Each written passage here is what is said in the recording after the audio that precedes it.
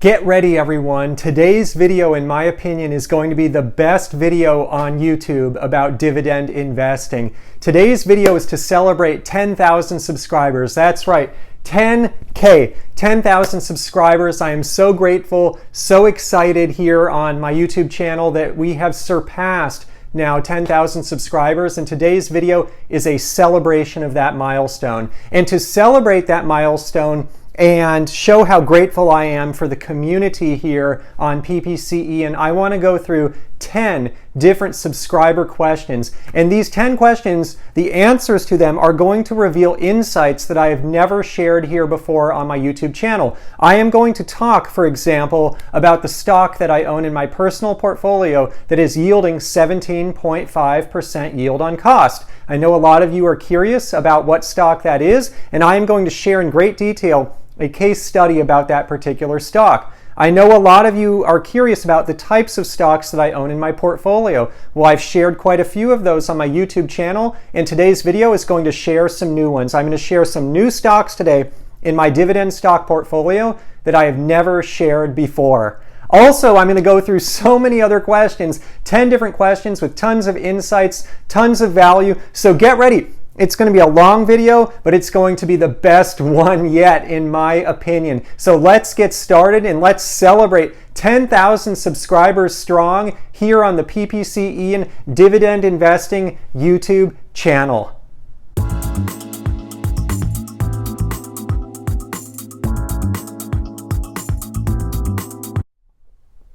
So let's kick off this 10,000 subscriber celebration here with the first dividend question. So this question I've received from several different subscribers. It's very timely, so I thought I would start with it. Pepsi, my number 2 favorite dividend stock of all time, ticker symbol PEP. This stock just jumped like 4+% in a single day. It did this on really good earnings from quarter Q2. And what had happened is they drastically beat analyst expectations, and earnings per share were up 8% year over year when you compare Q2 of 2018 versus Q2 of 17. And this is a trend for Pepsi. They actually have been doing really well and beating analyst expectations here for a while. And the stock jumped on the news, but even before that news, it's been trending up.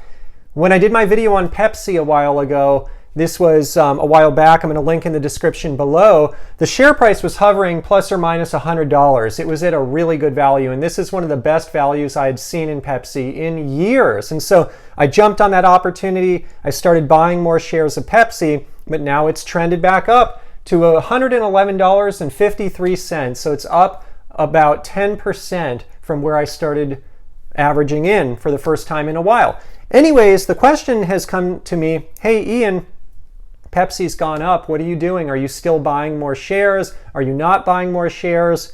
What do you think about this? It's kind of upsetting that this buying opportunity is pretty short-lived. And what do you think about that? And so I agree with this question and this statement that the buying opportunity was short-lived. It dropped, it's back up. I surely don't like buying it at 111 as much as I did at 100 and even sub 100 where it was for a while. And I'll tell you why. Here's a few metrics. The dividend yield.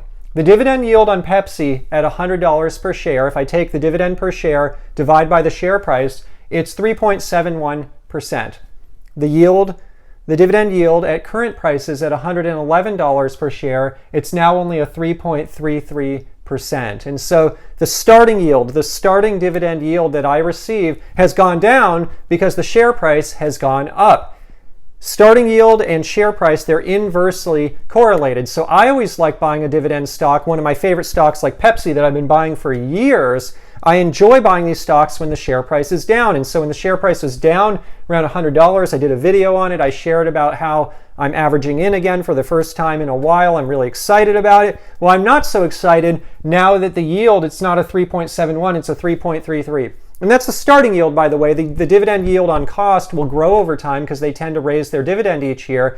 That being said, I always enjoy getting a better sale, a better buying opportunity when share prices are down. Another way of looking at it is the PE ratio.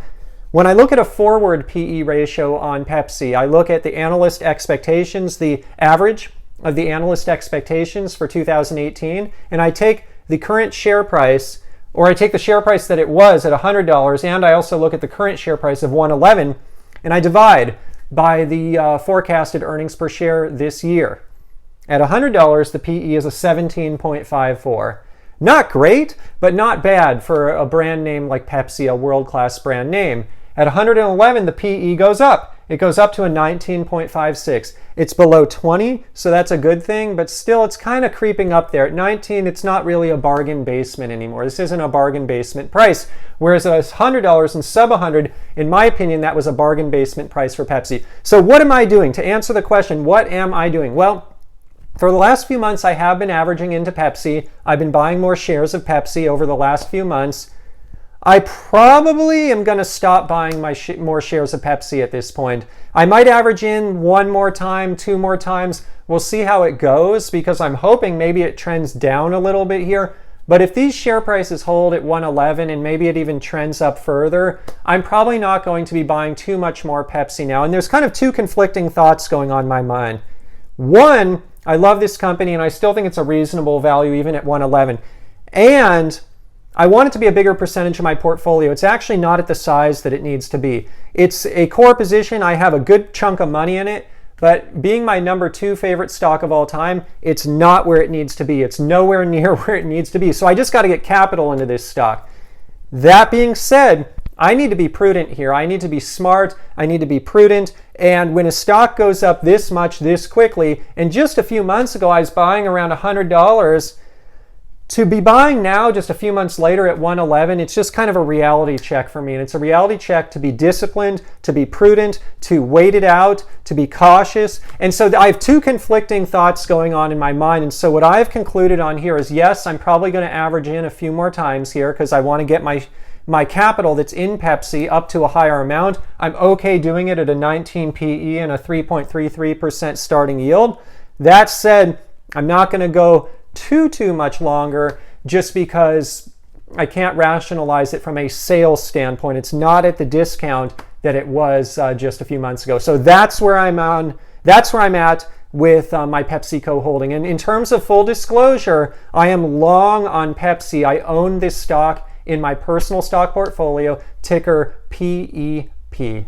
So question number 2. Question number 2 actually is probably out of this entire video my favorite subscriber question. And the reason it's such a good question is it actually is personally benefiting me. So the takeaway from question number 2 is pay attention to the comments below, the community, and pay attention to what everyone is saying. And in particular, if someone is saying something that may lead you a certain direction in your analysis, don't just take anyone's word for it, but let the community drive the types of analysis that you may be performing. And here's the deal. Johnson & Johnson, my number 1 favorite stock of all time. Boy, I had it in my head for the longest time that this thing was just overvalued. And it's my number 1 favorite stock of all time. It's the number 1 position in my portfolio in terms of dollar value. That said, I would love to add to it. I would love it to be twice as big as it is now in terms of dollar value in my portfolio. And anyways, I had it in my head. Hey, Ian, Johnson & Johnson. By the way, here we go. I just had to have the Band-Aids for this one. Johnson & Johnson right here. And anyways, I had in my head, hey, Ian, this thing is too expensive. Because I remembered as recent as January of 2018, it was $147 per share. But you know what? It's trended down over time, and it trended down to 127.76, which is down about 13%. And someone asked me, hey, Ian, now that it's trended down, what do you think about that? Because certainly I wasn't buying this thing other than reinvesting dividends at 147. Because at 147, the yield was a 2.45% starting yield and a 18.08 PE. Not horrible, but just not the kind of value that I would look for on Johnson & Johnson, especially when I already have it as the number 1 position in my portfolio in terms of dollar value. I brought it to size. I bought a lot of shares at lower value. By contrast with Pepsi at the 17 PE, pretty close to 18, but I'm willing to buy Pepsi at that level because I see it as a deep discount relative to where it's been. Different industry, by the way, than J&J, but also just where it stands in my portfolio. It's not at the right size. Pepsi needs to be bigger in my portfolio. It's not big enough. Whereas J&J it already is, but I'd always like to add more. Anyways, PE was 18, 2.45% starting yield at 147. Not really interested.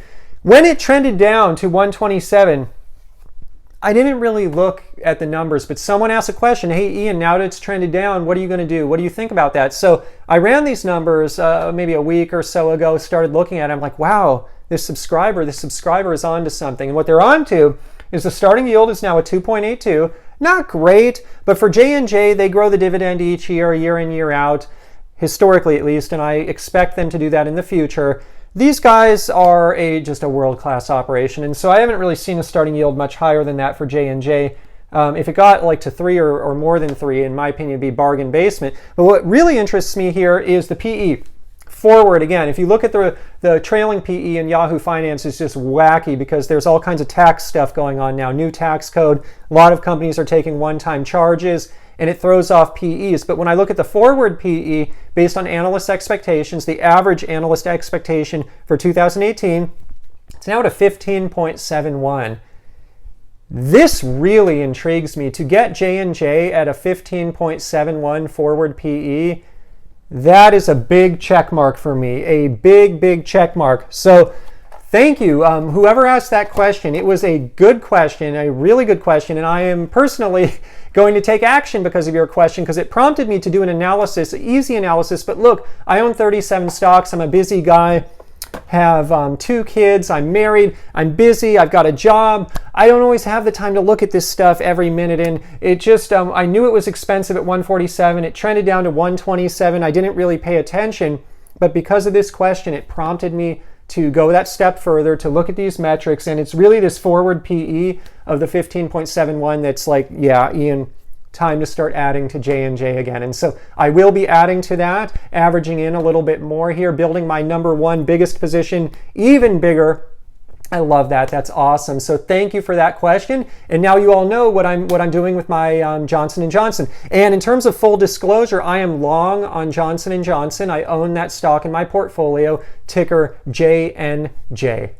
Question number 3. This is a really popular one. The question goes like this. Hey, Ian, do you own any stocks that are based outside of the United States? You've shared a lot of stocks here on your channel, your dividend investing channel, PPC Ian.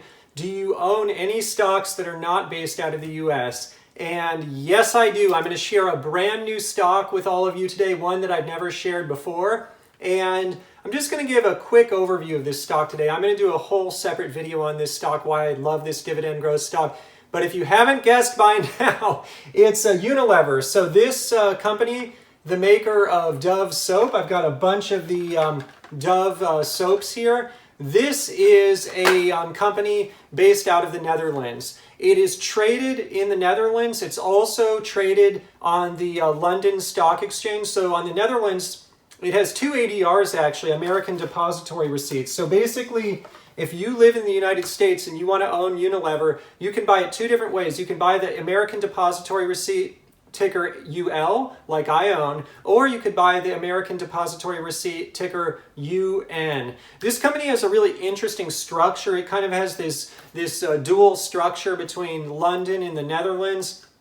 More or less, from what I have deciphered, it's the same thing, whether you buy the UL or the UN. The main difference for United States shareholder is if you buy the UL ADR, there's no withholding, no foreign withholding, whereas with UN, there's going to be a foreign withholding that one can credit back at the time of taxes. Anyways, what does Unilever do? This is a huge consumer packaged goods company. It is a big brand company, kind of like a competitor to Procter & Gamble, if you will, a company I've talked a lot about here. And what are the types of brands that these guys make? Well, they're really big in the beauty segment, and obviously through the Dove soaps and many other products that they make, such as Tresemme, they are in the beauty segment. And so I've got beauty on here, number 1. They are in food. Well, I call it food, but it's more like snack foods and desserts. For example, they own the Ben & Jerry's brand of ice creams. Great ice cream from Ben & Jerry's. They are in beverages. They own Lipton iced teas, the Lipton brand of iced teas. What else are they in? Household goods. They own the Surf brand of laundry detergent. If you go to their website, you can see all the brands that they have. It's a lot of brands, and you'll quickly see it goes on for pages and pages. They are just really have many amazing brands in their portfolio, and it all supports the market capitalization of this company, which stands at $144 billion. This is the kind of company that I love. It is too big, in my opinion, to be disrupted, but it is not so big that it can't grow anymore. There's a lot of room for this company to grow, and investors tend to like this company because it's in a lot of segments like snack foods and beauty, for example, that are doing pretty well. These are some segments that in general have promise for growth. And so, you know me, I love, well, maybe you don't, but if you've been watching my channel, you know me, that I am really big when it comes to the consumer non-cyclical sector. And this is a core consumer non-cyclical stock of mine. It's a core position. It's in the core of my portfolio. I've been buying it for a long time now. And like I said, I'm going to do a whole separate video on this. So I'm going to share a lot about my position in Unilever, what I think about this company, why I like it. And so anyways, it's trading at $55 per share right now. And the starting yield is a 3.4%. So I'm actually adding to my Unilever now. I kind of buy it periodically over time. This is one that I have been building my position in for a long time. And I like it because it's a stock where I see some solid growth, where it's also consumer non-cyclical. Is it as much of a deep value right now as like a Kimberly-Clark and Procter & Gamble? Not in my opinion from a dividend starting yield standpoint. So one can experience a higher starting yield, a higher dividend yield from the beginning on a stock like Procter & Gamble or Kimberly-Clark right now, whereas it's slightly lower with Unilever where it's at a 3.4%. That said, given the stability of this company, the promise, the opportunity at this company, I think the idea here is one will sacrifice a little bit of starting yield for potentially some more growth in the future on the dividend. And so I like to have all kinds of stocks in my portfolio, ones that have higher starting yields, ones that have lower. I like to diversify by starting yield, and so this is one I like in my portfolio. And certainly 3.4% starting yield is nothing to brush aside. That's a good starting yield. Their PE right now is a 19.38. That's based on analyst consensus estimates for 2018. A PE of 19, not great. It's not a value by any means right now. This stock is not on sale. I am buying here and there, but it's not something where I look at it and, oh, it's a deep discount or anything like that. Surely it's not a deep discount like Pepsi was at $100 when the PE was at a 17 for Pepsi. Surely it's not, and that's not even a deep discount, but for Pepsi it's a pretty deep discount. Surely it's not at a discount the way J&J is now at a forward PE of 15. This is at a 19. This is fairly priced here. It's not overpriced in my opinion, but it's fairly priced, and I think investors really like this stock, and that's why it's priced at that level. But anyways, now you know. An important point here, to diversify globally, it is so important to me because I love to diversify. I've done a video on diversification recently, mitigating risk in the market. I'll link below. And I like to mitigate risk so many ways. I mitigate risk by buying companies in different industries. Just look here, I've got a consumer non-cyclical, I've got a consumer packaged goods company, I've got a medical company, healthcare, pharma company, and then I've got another consumer non-cyclical, but this one's more in the beverage and snack foods industry versus this one, consumer packaged goods. So I love diversification by industry, but I like diversification by market cap, by having large companies, small companies. All of these are large, but if you've been following my channel, you know I own some small caps too. I like to diversify when I purchase companies. I like to average in over time, and so I don't like to deploy all my money at once. I like to diversify by geography. That's where Unilever comes in. This is a company that is not based out of the US. It is based overseas. It is a foreign company. They do a lot of business in the United States and they sell products in the United States like this one, but they are not based out of the United States. Sometimes, though, I think investors, it's kind of a misnomer.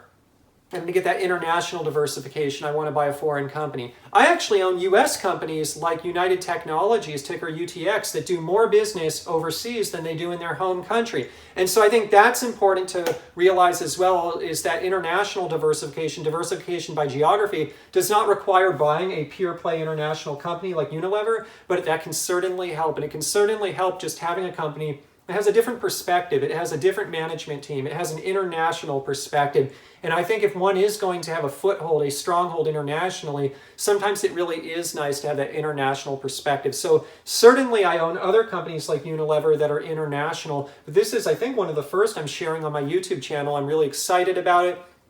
Like I said, I'm going to do a whole video on this one. So get ready. It's something to look forward to. I love this company. It's one of my favorite core stocks. It's a great core stock that I really enjoy for that international exposure. I'd be curious. Put in the comments below, do you own any Unilever? What do you think about it? Is it a company you like? Is it a company you dislike? How do you compare it to other similar companies like Procter & Gamble? What do you think? Is it a better company than Procter & Gamble? Not as good? How does it stack up? I'd be curious what you think. When I do the standalone video on this, I'm actually going to compare it against a few of its peers to show you what I think about Unilever versus some of the alternatives. Personally, I've bought them all just because I love the industry so much. Anyways, on Unilever, just a full disclosure, I am long on Unilever, Procter & Gamble, Kimberly-Clark, and United Technologies, the stocks just mentioned. These are tickers UL, PG, KMB, and UTX. All right, the next question. So this is question number 4, and the question goes like this. Hey Ian, you're doing well here on YouTube. You have 10,000 subscribers. You get a great community. You've got a lot of community. You have an engaged community, and a lot of people are watching your videos. And Ian, do you plan to launch a course? Do you plan to create some kind of course that costs money that people can participate in, that they can pay for and learn more about investing? And at this point, I do not have plans to do that. And let me tell you why. My goal is to share my course right here on YouTube for free. Maybe at some point, you never say never. I mean, at some point, maybe if I had a lot of time on my hands, I would launch some kind of specialized course, but there would really have to be some unique reason to do that. For now, given where my life is at, how busy I am, my goal is to put my best work forth here on YouTube for free. And so if you're interested in a course, a lot of people have told me like, hey Ian, if you launch a course, I'd be interested in signing up. My response to all of you is just please view this as your course. This is a course of sorts. These are my videos on YouTube. That is the course that I'm really offering. And look, I don't offer investment advice here. I'm not a financial advisor. It's just for entertainment purposes and fun.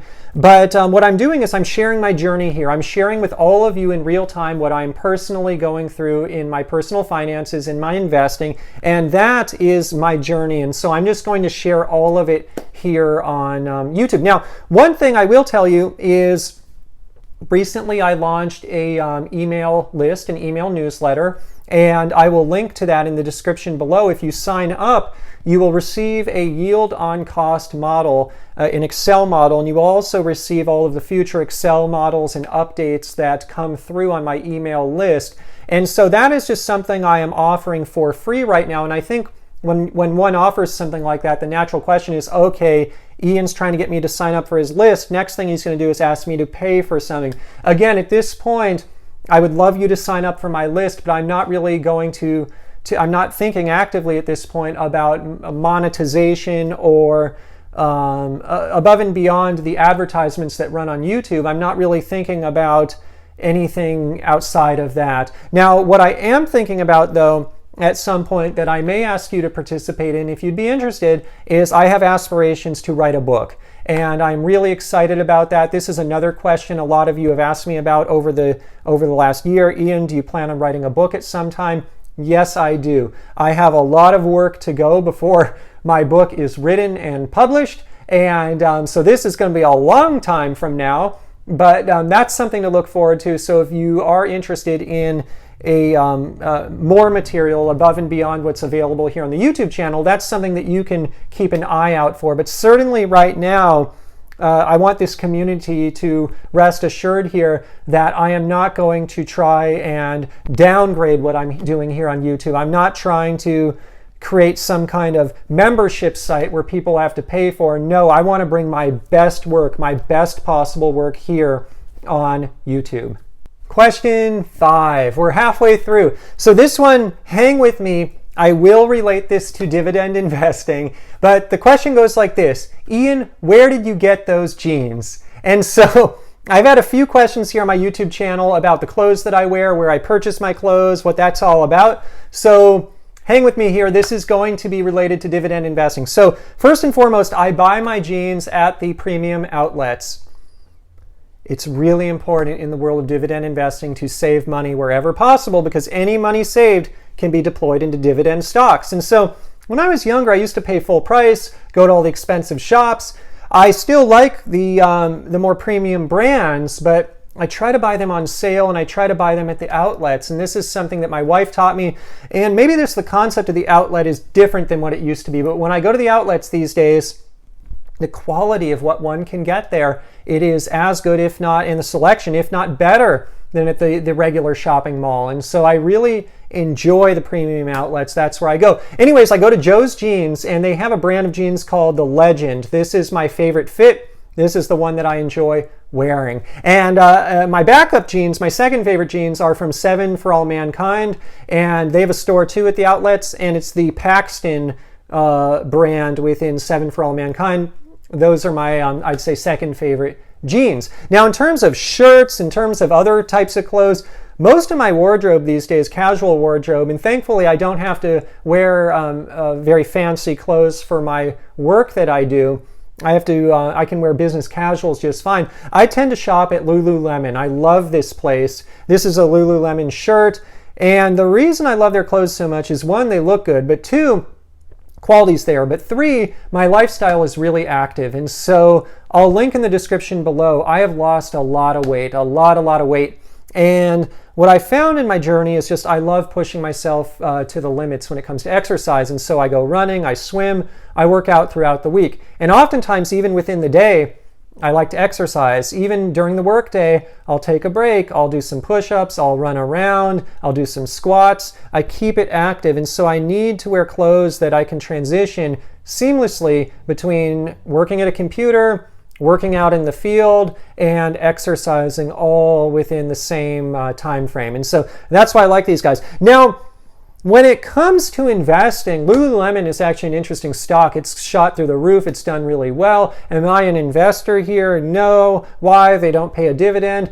But 2, boy, this is a tough industry to invest in. I get some questions here. Ian, what do you think about these types of like fashion stocks? And like one that comes up is L Brands, which is just plummeted today.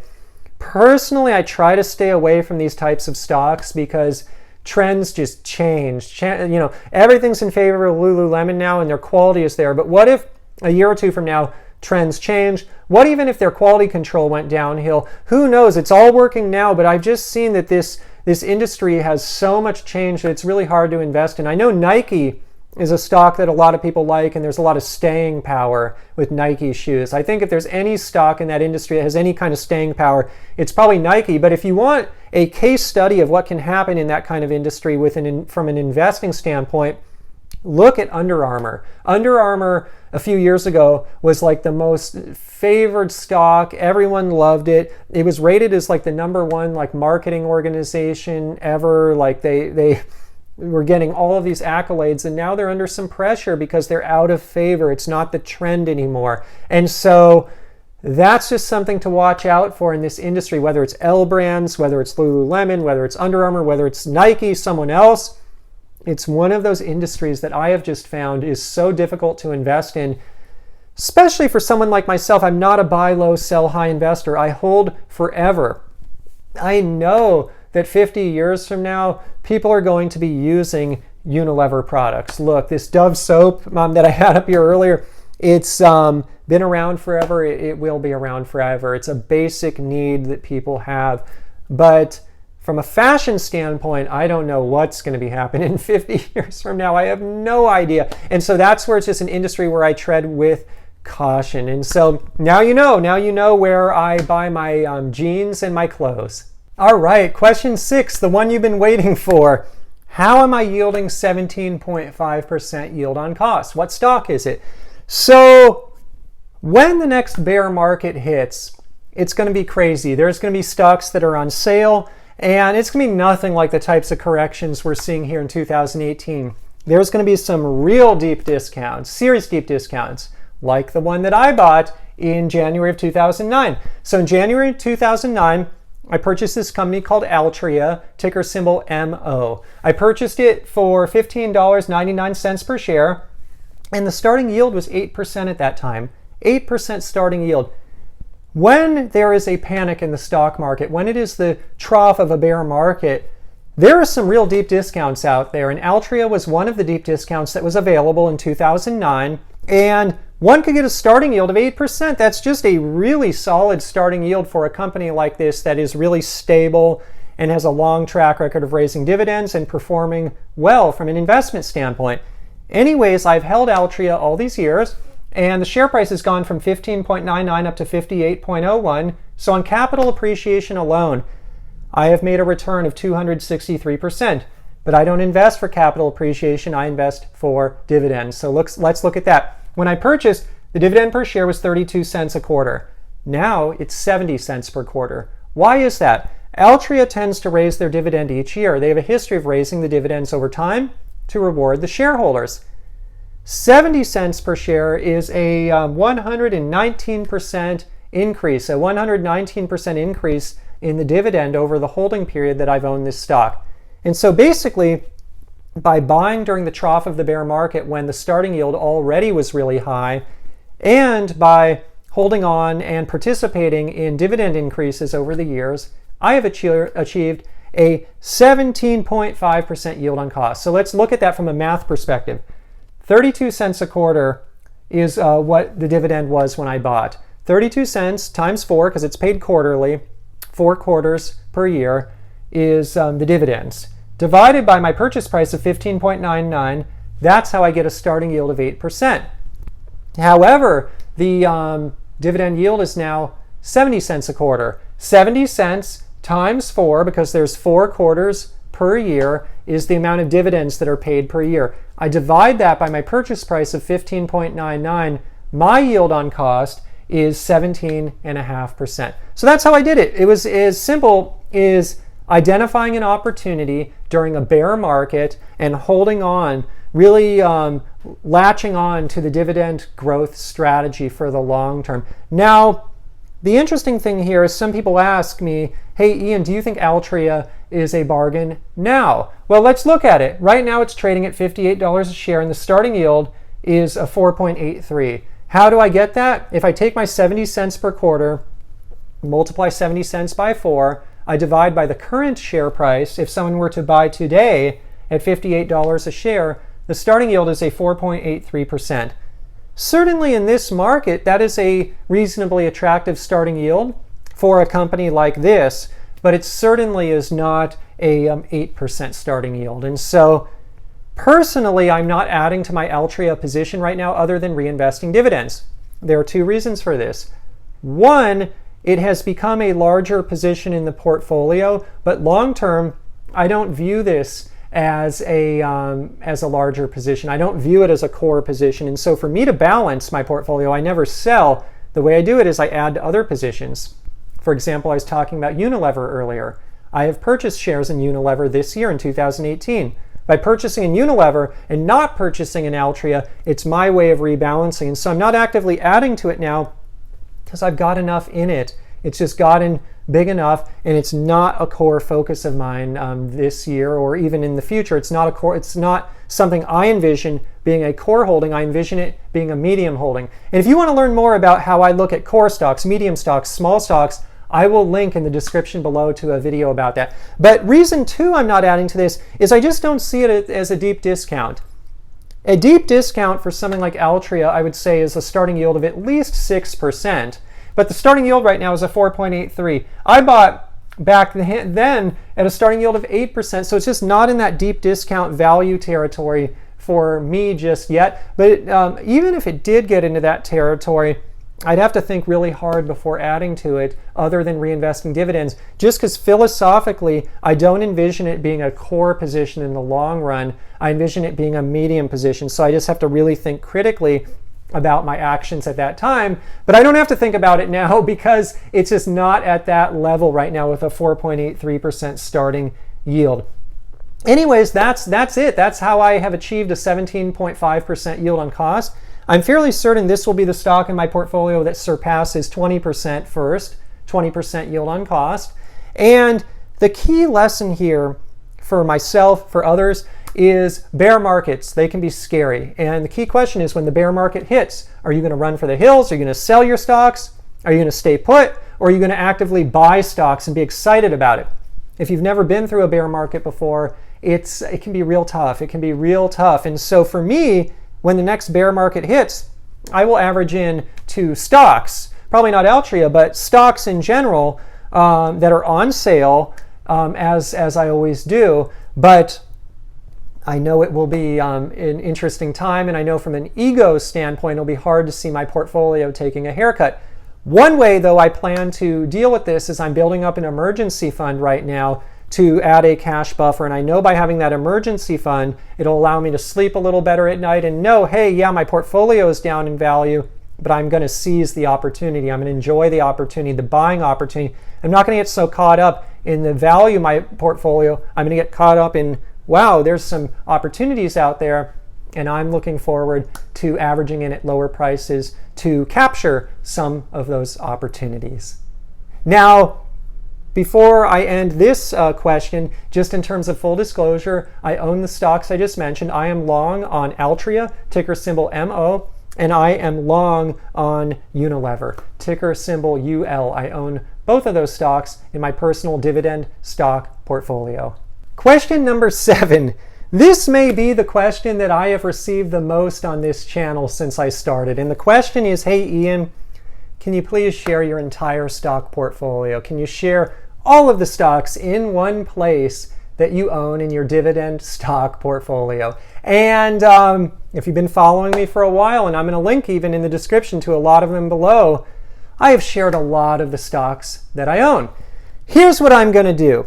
This channel keeps growing. The community is supporting this channel. Everyone is excited about this channel. I am grateful for that. My next milestone is 100,000 subscribers. My goal actually to hit that milestone originally was the end of 2019. I'm going to leave that date. But maybe it's possible to get there even sooner. We shall see. Maybe with the help of everyone out there and sharing this channel with your friends, with your family, with people who you think may benefit from this content, we can get there quicker. Here's what I'm going to do. When I reach 100,000 subscribers, I'm going to share the entire portfolio. And what I'm going to do is I'm going to share it as follows. I'm going to share all of the positions, and I'm going to share on a percentage standpoint how much each position weights in terms of dollar value. So I'm going to share, for example, I own this stock, Johnson & Johnson. It's X percent of my portfolio in terms of dollar weighting, dollar value. And that's what I'm going to do. I'm going to do this when I hit 100,000 subscribers. This is how I'm going to celebrate reaching that goal of 100,000 subscribers. And along the way, if you guys are able to help me by giving me a like, a subscription, a comment, sharing with your friends and family, all of that means the world to me. And I believe that all of that will help this community grow and prosper and hopefully reach that 100,000 subscriber mark even sooner. And that's going to be just so exciting. And so I know a lot of you have been asking for this. And historically, it has been something I have stayed away from. And I'll tell you why I've stayed away from it historically. Historically, I've stayed away from it because I'm going to link below. I did a video about my top 5 biggest investing mistakes. Some of my biggest investing mistakes were just taking notice of other bloggers out there, seeing what stocks they bought, and just saying, oh, I should just buy that stock. And really not organically coming up with the idea on my own. And so something that I'm always trying to emphasize here is it's real important for dividend investors to have conviction in the stocks that they buy, and to organically research, come up with ideas, have conviction, not to just listen to other people. Surely other opinions are nice, but when a stock idea originates from within, it's usually, in my opinion, much more of a strategy that has that longevity. Anyways, I do see that there is just so much interest in seeing my portfolio, and I think there's it will be fun, it will be exciting, and so that's my answer for you. Let's reach that next milestone, and at that time I will share the portfolio and the percentage weighting of each stock. But obviously, in the interim, I will continue over time to share some of my positions as well, and so I have already shared one new one today, Unilever. And I will actually, before this video is up, be sharing another one. So just stay tuned. And so there will be more cool stuff along the way. Obviously, you don't have to wait till 100,000. There's going to be so many great videos on the way. Before I end this particular question, just in terms of full disclosure, I own the stocks that I just mentioned in my personal portfolio. I own Johnson & Johnson, ticker symbol J&J, and I own Unilever, ticker symbol UL. I am long on both of those companies. All right, we're on to question number 8. I receive this question a lot. Ian, what do you think about Canadian stocks? What do you think about bank stocks? What do you think about Canadian bank stocks? All of that kind of stuff. And I do own a Canadian bank. It's Bank of Montreal, ticker symbol BMO. I bought this stock in 2013. And I'm going to do a complete video analysis of this stock, so I don't want to go into too much detail today.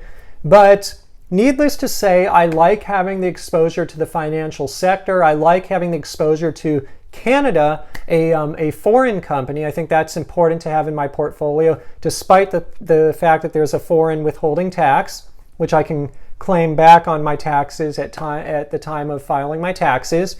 But this stock, honestly, over time, it has not really matched or exceeded my expectations. It's done okay.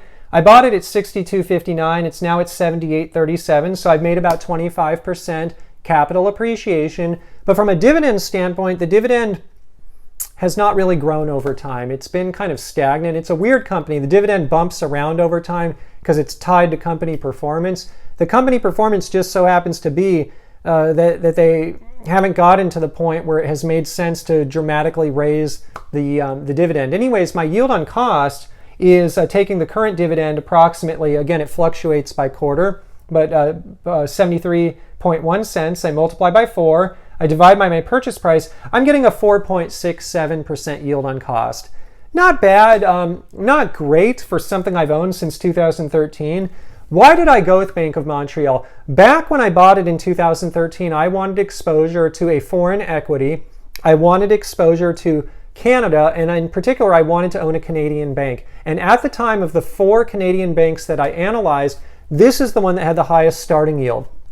And it was the one where I wanted at the time to bring some present yield into my portfolio. I wanted some of that nice current yield to bring my weighted average current yield up. I wanted more dividend income. That's one of the main reasons I went with Bank of Montreal. So I'm going to do a whole video about this stock going forward. But here's an interesting thing. I, so far on this channel, have tended to share the stocks that I enjoy, stocks I've done well on, stocks that are core positions, all of those good things. This is a stock where I would say it is an important stock in the portfolio because I don't have a lot of exposure to the financial services sector. And that being said, I view it as a small position. Right now, it's kind of on the verge between small and medium in terms of dollar size, but long term, this is going to be a small position, and it's not the favorite stock that I own in the portfolio. It plays a nice supporting role. It's there. It does its thing. And could I achieve a better return on that money placed elsewhere? Probably. Am I diluting my performance by owning it? Probably. That said, I like the diversification. I want a Canadian bank stock in the portfolio. Of the Canadian banks that exist, I have no problem continuing to own Bank of Montreal, and so it does its thing. But the key here is not all stocks in my portfolio are Johnson & Johnson. Not all stocks in my portfolio are Pepsi. Some of them are like this. They're like Bank of Montreal, where the results have been a little bit more lackluster, but they do play a supporting role and they have their place in the portfolio. But again, I'm going to go into a lot of detail on this one in a future video, so I look forward to that. But now you know, I'm not just about the US. I certainly value that international exposure. It means a lot to me in my portfolio, and I like having that exposure. And so in terms of full disclosure, I own the stocks I just mentioned. I am long on, I own Bank of Montreal, ticker symbol BMO, Johnson & Johnson, ticker symbol J&J, and PepsiCo, ticker symbol PEP. So question number 9, I have to admit this is a question that I actually seeded myself. This is a question that I'm asking because I think it's an important question. And the question is, hey Ian, do you face challenges in your investing? And this is a really important question because I think in social media, we're in a world of social media right now. And on social media, everyone tends to present the best of themselves, this amazing life. But what you don't see are some of the challenges. And sometimes when someone looks at all of that, it can skew their view of others and what reality really is. And so certainly I have done well in my investing. I've been investing for a long time, for over 20 years, been real serious about it for the last 10 or so years, and I've done well. But you know, just because I've done well, it does not mean I have not faced challenge. I certainly have faced challenges, and I've described some of these challenges actually on my YouTube channel before. I'll link in the description below. I talked about my top 5 mistakes.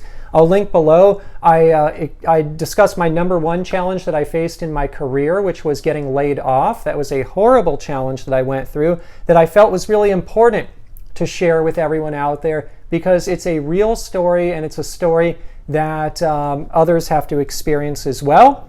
And oftentimes people are just so secretive about those things. And even myself, I was so self-conscious, I didn't want to share that fact until very recently. And this is something that happened a long time ago. And so I think these things are really important as a community that we share and that we support, because we're all trying to achieve the same goal. We're all trying to improve our finances and to have cash flow coming in. And whether one's goal is achieving complete financial independence or just having some cash flow coming in that can supplement one's income, we're all on that same path when it comes to dividend investing.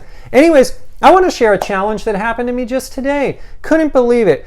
This morning, I was doing my job, and I'm a real estate developer, commercial real estate developer, so part of my job is going out to properties, and I went out to a property that I'm developing this morning, and it's a pretty far drive. And so what had happened is I got a speeding ticket. I couldn't believe it. On the way home, I've been to this property a million times and driven this route a million times, and I know when that ticket comes in the mail, I don't know what it's going to be, but I imagine it's going to cost me somewhere, based on my experience with the last ticket I got, which was a while ago. I'd say maybe 3 to 5 years ago. I can't even remember. It's been a long time.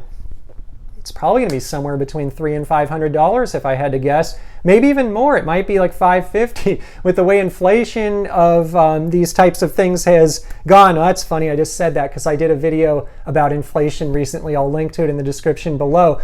But boy, I don't know. We'll see what it is, but that's a challenge because that's good money. That's money that could have been used to invest in dividend stocks. So the purpose of answering this question and seeding this question is to let everyone know that, look, my journey is going well, and I portray a lot of the great stuff here, but there are challenges along the way, and it's important for me on this YouTube channel to surface these challenges. In fact, one of the challenges I shared even in a video a while ago was a big expense. I'll link in the description below, a big expense that came up for me related to my home. And so these kind of things come up. And it's not fun when it happens, but it happens, and it's part of life. And again, the purpose of this community is let's support each other. Everyone's going to be going through challenges from time to time, but the purpose is, despite those challenges, to stay focused on the goal, stay focused on what matters in the long run, and it will work out as long as one continues to be focused on the long run. All right, last one, question number 10. This one is a recent subscriber question that I received, and the subscriber asked, hey Ian, what do you do when you own a stock and there's a spin-off? The stock spins off a company, you own a stock, but now you own 2 stocks because they spun off part of their business Usually the way this happens is it's something small that kind of gets spun off, and one might not own a huge position in it. Typically when I receive a spin-off, unless I really like the company and I want to add to it in the future, I will sell it. And it really comes down to good housekeeping. I own 37 stocks right now in my dividend stock portfolio. If there's a spin-off, obviously that would notch it up to 38 stocks. And I have a lot of stocks and I don't like clutter. When it's in my life, my desktop, my financial life, I don't like clutter. I like it clean. And what happens when there's a spin-off is typically it just creates clutter. It's these ancillary positions, don't really have a lot of meaning. And so typically I'll sell them. If by chance there's a spin-off that I really like and I think that they're going to pay a dividend, they're going to increase it over time, it's really core, usually what I'll do, if it's not already at 1% or more of the portfolio, I'll add to it consistently over time to bring it to size. Because in terms of good housekeeping, I don't believe in owning a position in my portfolio if it's any less than 1% of my total portfolio in terms of dollar amount. And so I will have to bring it to size. But more often than not, when I receive a spin-off, and I do, I will just sell it off to keep the portfolio clean. So there you have it. Those are 10 questions to celebrate 10,000 subscribers. If you made it this long, I know this is a long video, but I really wanted a special one to commemorate the milestone and just to thank you, to show everyone out there that I really do appreciate those subscriptions. It means a lot. And thanks for being part of this community here on PPC Ian. Before I leave today, in terms of full disclosure, I own the stocks that I listed earlier, and so I'm not going to do another disclosure now. Just please be mindful that throughout the video I disclosed the positions that I personally own in my portfolio that I discussed today, and also in the description below I will write out those disclosures as well. In terms of a disclaimer, please keep in mind that this is not financial advice. Today's video is not financial advice. I'm not a financial advisor, and this video is just for entertainment and fun. If you're going to go out and invest in the stock market or anywhere else, please do consult a licensed financial advisor before doing so. Thank you so much for being here, for being part of the community. Please keep the questions coming. I have a long backlog of questions to get through, but I will get through them, so please keep them coming in the description, in the comments below, and I'm writing them all down, so I really appreciate those questions, and I will see you. I will see you in the next dividend investing video.